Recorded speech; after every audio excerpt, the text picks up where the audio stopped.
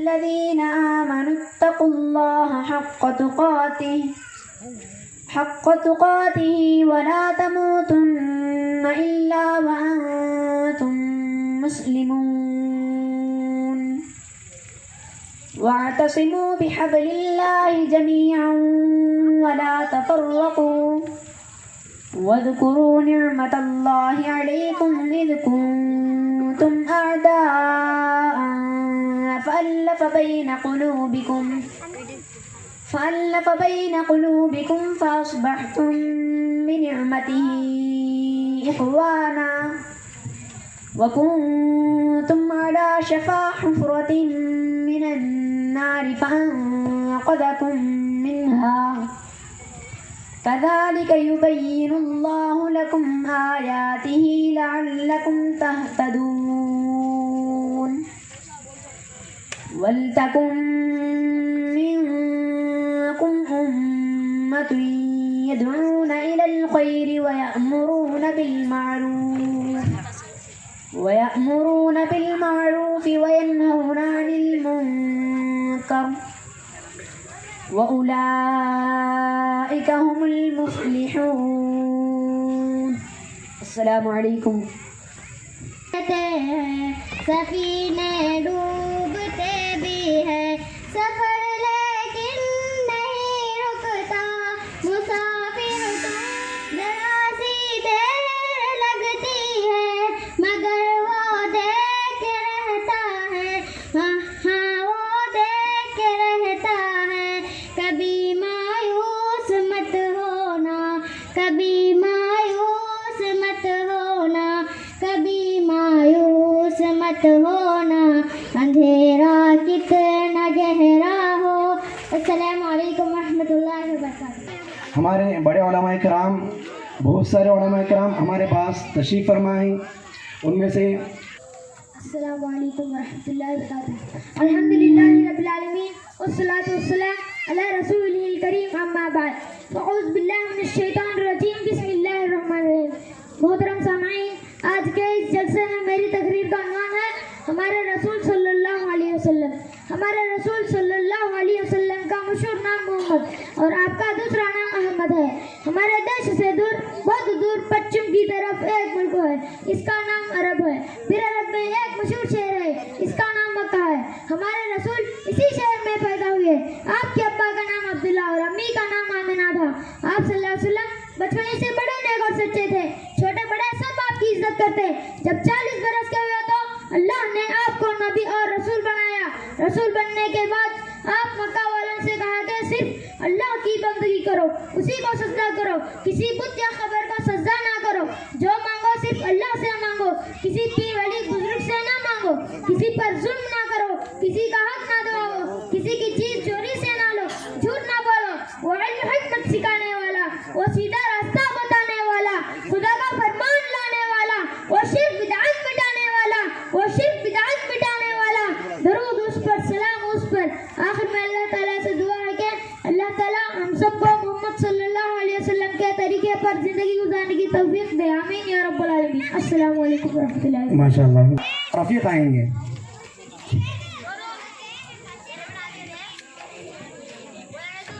السلام علیکم ورحمۃ اللہ وبرکاتہ.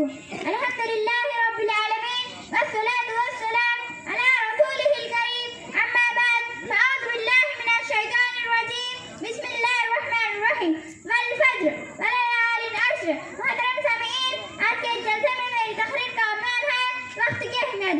قرآن مجید میں اللہ تعالیٰ کا ارشاد ہے والفجر وليال عشر. اللہ تعالیٰ نے قرآن مجید میں وقت فجر کی قسم کھائی ہے. اللہ تعالیٰ کی ہم پر بہت ساری نعمتیں ہیں، ان میں سے ایک وقت بھی ہے. محترم سامعین، اللہ تعالیٰ کی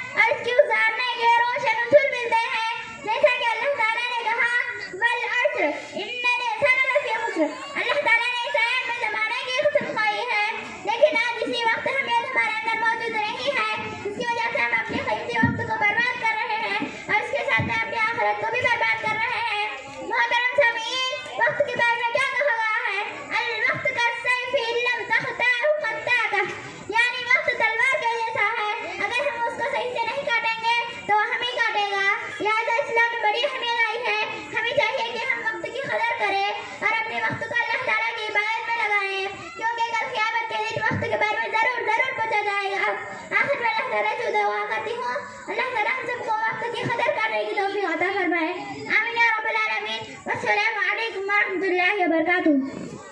الحمد للہ رب العالمین والصلاة والسلام علی رسولہ الکریم اما بعد فاعوذ باللہ من الشیطان الرجیم بسم اللہ الرحمن الرحیم. وَلِكُلِّ قَوْمٍ هَادٍ. محترم سامعین، آج کے اس جلسے میں میری تقریر کا عنوان ہے اللہ کی کتابیں. اللہ تعالیٰ نے ہر زمانے اور ہر دور میں نبیوں اور رسولوں کو لوگوں کی ہدایت کے لیے بھیجتا رہا، جیسے کہ اللہ تعالیٰ نے کہا وَلِكُلِّ قَوْمٍ هَادٍ، اور اسی طرح آسمان سے کتابوں کو اتارتا رہا. نمبر 1 تورات، اس کتاب کو اللہ تعالیٰ نے حضرت موسیٰ علیہ السلام پر اتارا. نمبر 2 زبور، اس کتاب کو اللہ تعالیٰ نے حضرت داؤد علیہ السلام پر اتارا. نمبر 3 انجیل، اس کتاب کو اللہ تعالیٰ نے حضرت عیسیٰ علیہ السلام پر اتارا. نمبر 4 قرآن مجید، اس کتاب کو اللہ تعالیٰ نے آخری پیغمبر جناب محمد صلی اللہ علیہ وسلم پر اتارا. قرآن مجید کے علاوہ پورے کتابیں اپنی سے حالت میں نہیں ہے، قیامت تک یہی قرآن باقی رہے گی. آخر میں اللہ تعالیٰ سے دعا ہے کہ اللہ تعالیٰ ہمیں ان کتابوں پر ایمان رکھنے کی توفیق دے. آمین یا رب العالمین. السلام علیکم ورحمۃ اللہ وبرکاتہ. الحمد للہ رب العالمین والصلاة والسلام علی رسولہ الکریم اما بعد فاعوذ باللہ من الشیطان الرجیم بسم اللہ الرحمن الرحیم. خیرکم من تعلم القرآن وعلمہ. محترم اساتذہ کرام اور معزز سامعین، آج کے اس جلسے میں میری تقریر کا عنوان ہے قرآن مجید.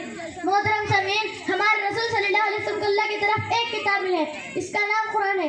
اس قرآن کو پڑھنے اور پڑھانے میں بڑی برکت ہے اور ایک حرف پر 10 نیکیاں ملتے ہیں.